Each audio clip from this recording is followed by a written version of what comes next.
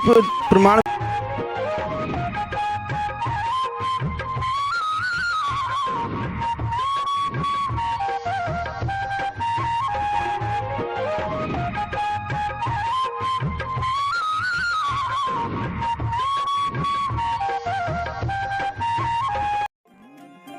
जिनके समागम से मिलता भक्ति और ज्ञान का विशुद्ध मेल, ऐसे आचार्य श्री विशुद्ध सागर जी महाराज के मुखारविंद से सुनिए जैन वाङ्मय का सर्वश्रेष्ठ न्याय ग्रंथ अष्टसहस्त्री।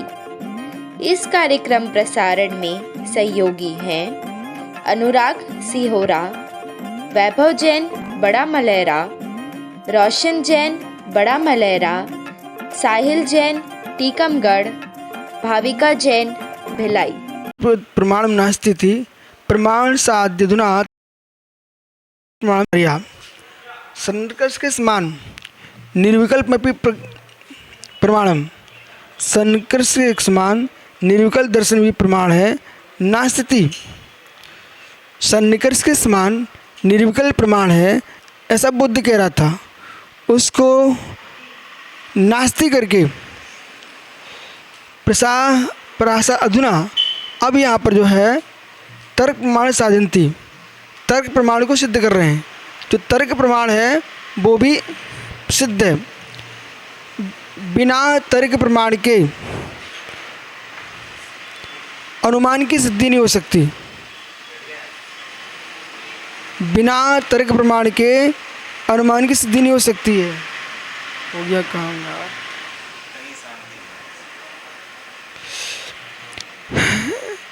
सच साकाल्यने साधन साध संबंध तर्कयोति प्रमाणम तर्का सर्वार्थिकमत्व फलत्वात् समारोह विच्छेदकत्वात् सम्मतकत्वात् अनुमानवती अनुमानाधिवत।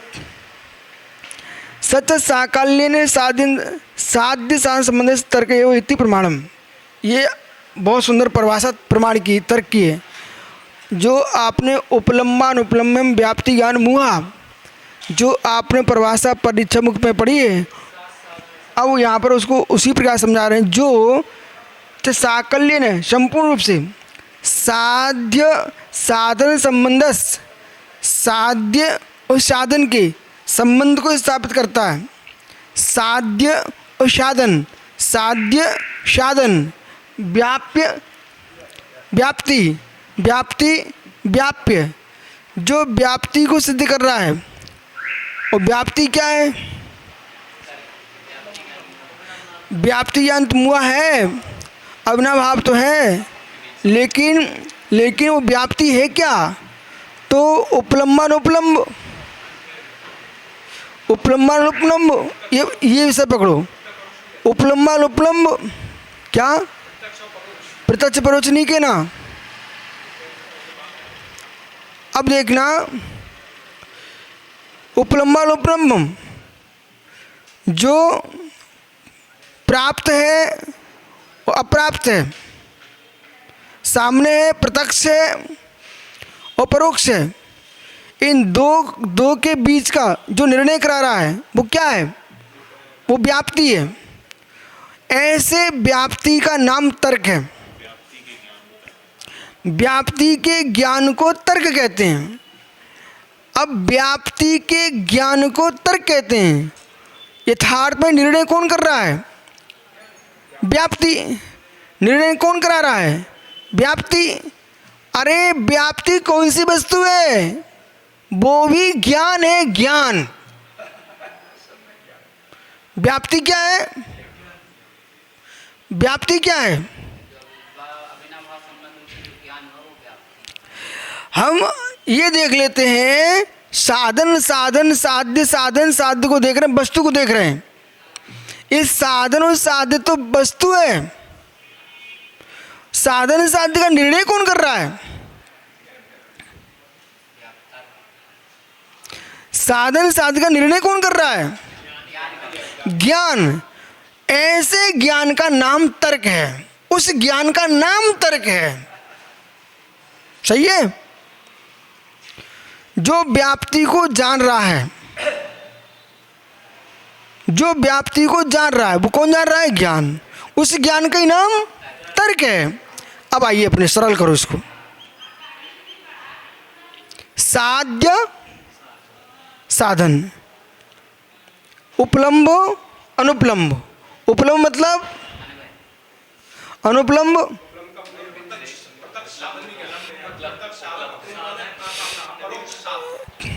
अभी यहाँ जो बोल रहे हो उसे बोलो। यहाँ क्या हो रहा है? यहाँ वर्तमान में उपलम्ब अनुपलम्ब उपलम्ब अनुपलम्ब साध्य। साधन से साध्य के ज्ञान को, साधन से साध्य का ज्ञान व्याप्ति है। साधन से साध्य ज्ञान को व्याप्ति कहते हैं। ऐसे अरे सुनो भाई, प्रत्यक्ष परोक्ष, साधन से साध्य का ज्ञान, साधन से साध्य का, तो साधन तो हेतु हो गया और साध्य वस्तु हो गई। तो क्या व्याप्ति में हेतु नहीं आता? क्या व्याप्ति में हेतु नहीं आता? व्याप्ति में भी हेतु चाहिए, हेतु में व्याप्ति चाहिए, और व्याप्ति को सिद्ध करना इसलिए हेतु चाहिए। सुनो, जो आप लोग सोचे हो वो बाद में बोलो, जो यहाँ लिखा उससे पहले बोलो। वो सोचने के चक्कर में भ्रांति खड़ी होती है। अन्वय व्यतिरेक, क्या बोलो? होने पर होना, नहीं होने पर नहीं होना, ये अन्वय व्यतिरेक, ये है व्याप्ति। होने पर होना, नहीं होने पर नहीं, क्या है? ये व्याप्ति। उपलम्बन उपलम्ब व्याप्ति ज्ञान मुआ। सो परोक्ष प्रत्यक्ष में जो चले गए हम, बहुत दूर पहुंच गए। होने पर होना वस्तु है, उष्णता है, अग्नि है, अग्नि है तो उष्णता है, ये व्याप्ति है। अब व्याप्ति को दो वेदों में व्यक्त किया, अंतर्व्याप्ति बहिर्व्याप्ति। और हम जब बहिर्व्याप्ति लगाएंगे ना तब तुम्हारी परिभाषा बन जाएगी। अंतर्व्याप्ति परिभाषा बनती नहीं है वाली, इसलिए व्याप्ति की परिभाषा यही बनाना है आपको, होने पर होना। फिर से सुनना, फिर से कह रहे हैं, यदि हमने ये व्याप्ति की परिभाषा बनाई, साधन से साध्य का ज्ञान, वो तो अनुमान में गया। और फिर आपने कहा प्रत्यक्ष और परोक्ष, प्रत्यक्ष परोक्ष लगाया, तब भी व्याप्ति की परिभाषा बहुत दूर चली गई। होने पर होना, नहीं होने पर नहीं होना, यह है व्याप्ति। क्यों? अंतर्व्याप्ति को हम परोक्ष प्रत्यक्ष में कैसे लेके जाएंगे? अंतर्व्याप्ति को प्रत्यक्ष परोक्ष में कैसे लेके जाएंगे? प्रत्यक्ष वर्तमान में, परोक्ष यानी बहुत दूर चला गया। और बहुत दूर चला गया तो फिर व्याप्ति की परिभाषा कैसे बनाएंगे? भाई मुस्कुरा क्यों रहे हो? अंतर्व्याप्ति बहिर्व्याप्ति, अंतर्व्याप्ति क्या बोलेगी? अंतर्व्याप्ति अंतर्व्याप्ति अंतर्व्याप्ति आत्मा में ज्ञान दर्शन, तादात्म्य संबंध। इसलिए व्याप्ति में अन्वय व्यतिरेक लाइए आप। वो अन्वय व्यतिरेक लाएंगे तो तादात्म्य संबंध बनता है। होने पर होना, नहीं होने पर नहीं होना, व्याप्ति। अब जो होने पर होना, नहीं होने पर नहीं होना, तो जो व्याप्ति है, होने पर होना, नहीं होने पर होना, होने पर होना, नहीं होने पर नहीं होना, ये व्याप्ति है। इस व्याप्ति के जानने को ही हमने तर्क कहा है। व्याप्ति के ज्ञान को ही हमने तर्क कहा है। व्याप्ति के ज्ञान को तर्क कहा है। अब आप अपने यहाँ अष्टशास्त्री क्या कह रही है? सच साकल्य ने साध्य साधन संबंध, संपूर्ण रूप से साध्य साधन के संबंध का ज्ञान, साध्य साधन, साध्य साधन, साध्य साधन। अब देखना, हम व्याप्ति में साध्य साधन देख रहे हैं। कैसे देख रहे हैं? आत्मा साध्य है, ज्ञान उसका साधन, हम जान रहे हैं, समझ रहे ना? उसके संबंध को बिठा रहा हूँ। उष्णता, उष्णता, उष्णता साधन है अग्नि साध्य है, उष्णता साधन है। अग्नि साध्य है, उष्णता अग्नि के हम संबंध को बिठा रहे हैं। उष्णता होगी तो अग्नि होगी, उष्णता नहीं होगी तो अग्नि नहीं होगी। ये होगी व्याप्ति। ऐसे व्याप्ति को, ज्ञान को तर्क कहते हैं। इसका नाम तर्क प्रमाण है। हम ज्ञान क्यों पर जोर क्यों दे रहे हैं? क्योंकि हमने तर्क को प्रमाण माना है, क्योंकि हमने तर्क को प्रमाण माना है। और प्रमाण क्या वस्तु है? सम्यक ज्ञानम प्रमाणम। इसलिए विवेक, किसी बात को कुछ भी कह देना, बोले मेरा तर्क है, ये तुम्हारा तर्क मर्क नहीं है। व्याप्ति होना चाहिए उसमें, तब तर्क संज्ञा प्राप्त करेगा। व्यक्ति चलते चलते गली गलियारों में बोले हमारे तर्क, हमारे तर्क। पहले तर्क की परिभाषा तो बनाइए। तर्क कौन सी वस्तु है? किसी बात को अपने मन की कहने लग जाना और दूसरी की बात को काटने लग जाना, इसका नाम कोई तर्क नहीं होता। उस तर्क में व्याप्ति होना चाहिए। जैसे कि अग्नि है, अग्नि है, इसमें व्याप्ति किसकी है? उष्णता की। कितनी बातें करते रहिए, मुझे तो बिना उष्णता की अग्नि नहीं होती है। आप जिसे उष्णता कह रहे हो, वो उष्णता के माध्यम से कोई गर्म वस्तु हो सकती है। अरे सुन भाई, समझ समझ समझ समझ, आप बिल्कुल ठीक कह रहे हो, सुनो ध्यान से। उष्णता के माध्यम से कोई परवस्तु गर्म हो सकती है, लेकिन उष्णता तो अग्नि का अन्वय है। जैसे कि नहीं, इनकी बात को समझो भैया, इनकी बात को ऐसे मत देखो। जैसे कि आप धूप में बैठे थे, अथवा अग्नि, ठंडी का मौसम था, अग्नि पे ताप रहे थे आप। सबसे बढ़िया दृष्टांत, ताप रहे थे, तो तापते समय तुम्हारे हाथ गर्म हो गए। बे गर्म हुए, उष्ण नहीं हुए। अब तो गर्मी में और उष्णता में अंतर डाल रहे हैं हम। जैसे कि उधर देख भैया, देख देख देख देख, जैसे कि ठंडी लगती ना, रजाई ओढ़ लेते लोग। बोले क्या हुआ? बोले गर्मी आ गई, गर्मी। सामान्य भाषा में उष्णता बोल देते, लेकिन वो गर्मी आ गई, गर्मी। उष्णता नहीं आ गई। उष्णता आ गई होती ना तो तुम्हारी रजाई जल जाती। उष्णता जो अग्नि का धर्म है, उसके माध्यम से कोई वस्तु गर्म हो सकती है, इसे मानते हैं, इसको कोई टेंशन नहीं है। लेकिन जैसे ज्वलन शक्ति होती, ज्वलन शक्ति, वैसी गर्मी सामान तपने पर वो ज्वलन शक्ति नहीं होती है। अब तर्क को समझाने के लिए तर्क देना पड़ रहा है, देखा ना आप। तो वो क्यों देना पड़ रहा है? वह श्रोता की अपेक्षा रखना चाहिए वक्ता को। बहुत अच्छा आपने प्रश्न किया, उनका प्रश्न बहुत बढ़िया है। श्रोता की विवक्षा को देख करके आपको तर्क समझाने के लिए तर्क देना पड़ रहा है। अब वो तर्क ने कह, उदाहरण बोलो। अब तर्क को समझाने के लिए उदाहरण दे रहा हूं मैं अब। ठीक है, आगे चलो। साधन उष्णता है, पर वो उष्णता वो कैसी उष्णता है? गर्मी वाली। ठीक है। अब वो उष्णता कैसी है? वो गर्मी उत्पन्न कराने वाली उष्णता है। ठीक है। परंतु उष्ण जो है ना, अग्नि काय के अंदर उष्ण नामकर्म है। अग्नि काय के अंदर उष्ण नामकर्म है, वो एक इंद्रिय का विषय बनता है। ठीक है। अब जो पृथ्वी कायक है, पृथ्वी क्या है? पृथ्वी कायक है। ठीक है। पृथ्वी कायक के अंदर आतप नामकर्म का उदय हो सकता है। कौन सा है? आतप नामकर्म का उदय है। तो सूर्य विमान में कौन सा उदय है? आतप। वो आतप की किरणें गर्म उष्ण हैं। और अग्नि का एक, अब सुनो, जो लावा निकल रहा है उसके अंदर अग्नि निकल रही है, वो अग्नि कायक है। अग्नि के माध्यम से सामग्रियां बाहर निकल रही है। ठीक है ना, कोई बात नहीं है। नहीं तो सुनो, ठंडा हो गया ना, उसके साथ सामग्री आ रही है। स्वयं में वो अग्नि, ज्वाला, ज्वाला ज्वाला उसका नाम ही ज्वालामुखी है।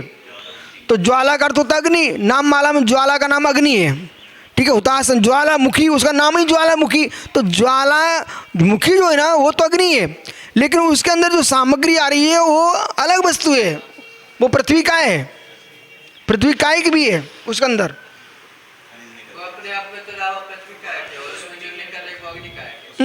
जो ज्वालामुखी फूट रही ना वो तो अग्नि है, अग्नि कायिक। उसमें जो सामग्री आ रही साथ में, जैसे कि आप देखो इधर देखो, लकड़ी जल रही है, वास्तव में लकड़ी अग्नि कायिक नहीं है, ईंधन अग्नि कायिक नहीं है। अग्नि ईंधन, अग्नि अग्नि है, ईंधन ईंधन है। अग्नि ईंधन के सारे चल रही है, लेकिन वास्तव में जो ईंधन है वो पृथ्वी वनस्पति का है।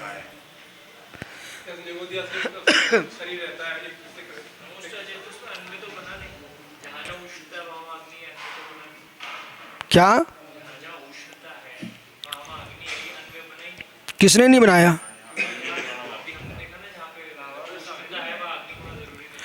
अरे वो जो इसी उष्णता की मैं बात करूँ, गरम गरम गरम,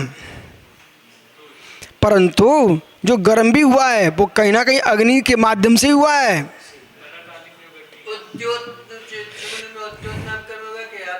उद्योत नाम कर्म है, जुगनू में उद्योत नाम कर्म है, चंद्रकांत मणि में उद्योत नाम कर्म है, सूर्यकांत मणि में आतप नाम कर्म है, चंद्र विमान में चंद्र विमान में उद्योत नाम कर्म है, सूर्य विमान में आतप नाम कर्म है। देखा आपने क्या? तो कुछ मत बोलो, अब समझ में आ गया। उष्णता, उष्णता अग्नि का धर्म है, बिना अग्नि की उष्णता नहीं आती है। लेकिन ये ध्यान रखना चाहिए, आपके हाथ गर्म हुए हैं तो कहीं ना कहीं तुम अग्नि ताप के आए हो, उससे उष्णता प्राप्त हुई है तुम्हें। यदि आप उष्णता का प्रभाव नहीं मानोगे तो भोजन कैसे पकेगा? उष्णता का प्रभावित, उष्णता का कार्य भी तो मानो, ये कार्य नहीं मान रहे भाई। उष्णता स्वयं का धर्म है अग्नि का, लेकिन उसका कार्य क्या है? जलाना, दाहक, पाचक, प्रकाशक, ठीक है ना। ये तीन कार्य देखो उसके। साध्य साधन संबंध तर्क आयोति, साधन तर्क तो इति प्रमाण क्या? सरीसृप ना, तुम यहाँ से वहाँ, यहाँ के विषय को वहाँ पहुँचे। छिपकली आदि है ना, ये सरीसृप हैं।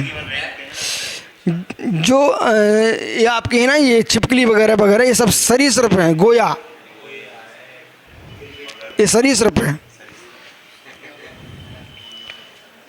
प्रमाण अरे यार तुम विषयांतर हो रहे हो। प्रमाणम तर्क, वो प्रमाण तर्क है। स्वार्थ अधिगम फलत्वात्, स्वार्थ अधिगम फलत्वात्, ये शब्द पकड़िए आप, स्वार्थ अधिगम फलत्वात्। अब तर्क की हम सिद्धि क्यों कर, प्रमाण क्यों है? स्व अर्थ, स्व के लिए, अंत अर्थों के लिए, पदार्थों के लिए, स्वम्य अर्थभूत अन पदार्थांतर, उनका अधिगम फलत्वात्। जो अधिगम का फल है, ज्ञान का फल है, वो क्या है? स्वार्थ को और परअर्थ को, दोनों को जानना अधिगम का फल है। यदि आप स्व को जानते हो तो नैयायिक हो जाएंगे, असुसमेधी मानते हो तो नैयायिक हो जाओगे, और मात्र पर को ही मानते हो, अपन स्वयं को नहीं मानते हो, नैयायिक हो जाओगे। तो हम ये कह रहे हैं आत्मा सुपर संवेदी है। स्वार्थ में फलत्वात्, समारोह विच्छेदकत्वात्, और समारोह का विच्छेदक होना चाहिए। मूल वस्तु ये है, तर्क के माध्यम से, तर्क ज्ञान के द्वारा संशय विपर्यय द्वैसाय का विच्छेद होता है। तर्क के माध्यम से संशय विपर्यय द्वैसाय का विच्छेद होता है, इसलिए तर्क प्रमाण है। स्वार्थ और पर का होने के लिए, और क्या करा है? समारोह, संशय आदि का विच्छेदक रहता। और क्या करा है? संवाद विच्छेदकत्वात्, संवादकत्वात्, अनुमानादिवत। बहुत बढ़िया, क्योंकि उसके सामने अनुमान रखा ना, बुद्ध के सामने क्या रखा है? अनुमान प्रमाण मान रहा है, तर्क प्रमाण नहीं मान, इसलिए मैंने उनको कहा अनुमान के समान। कैसे समान? समारोप संशय आदि का विच्छेदक होने से संवाद तथा संवादक रूप है। क्या है? संवादक रूप है। संवादक रूप जानते हो? संवादक रूप जानते हो क्या? जिससे हम संवाद कर सकें, एक दूसरे समझा सकें, बता सकें, संवादक है। और ज्ञान संवादक पने का अभाव कर दोगे ना तो ज्ञान का उपयोग ही क्या? अब ध्यान दीजिए, थोड़ा ध्यान दीजिए। तुम सब जैन मुनि हो और ज्ञानी लोग हो। यद्यपि संवाद वचन का विषय है, न कि ज्ञान का विषय है। संवाद वचनात्मक होता है, न कि ज्ञानात्मक होता है। इसलिए तर्क जो है ना, श्रुत ज्ञान जो है ना, वो वचनात्मक भी होता है और ज्ञानात्मक भी होता है। जो वचनात्मक चल रहा है वो अंदर ज्ञानात्मक बना चल रहा है, इसलिए वचनात्मक बना है। इसलिए श्रुत ज्ञान स्वाद पदार्थ भूत है। अब जो तर्क है वो किस मत ज्ञान, श्रुत के श्रुत ज्ञान, मत ज्ञान। मत ज्ञान होने पर भी, मत ज्ञान होने पर भी तर्क मत ज्ञान है। तर्क मत ज्ञान है, पर तर्क नाम के मत ज्ञान को हम श्रुतों के माध्यम से समझते हैं, इसलिए श्रुत ज्ञान का विषय बनता है। वचनात्मक श्रुतम, वचनात्मक श्रुतम। आइए, जो वचनात्मक होता है वो सब श्रुत में चला जाता है। बहुत बढ़िया, समझ। अनुमानादिवत, ये क्यों कहा अनुमान के समान? जैसे आप बुद्ध अनुमान को प्रमाण मानते हो, इसी प्रकार से आपको तर्क को प्रमाण मानना चाहिए। अनुमान से जब आप साधन से साध्य को जानते हो, तो इसलिए यहाँ पर ये लिखा है आचार्य महाराज ने, साध्य साधन संबंधस।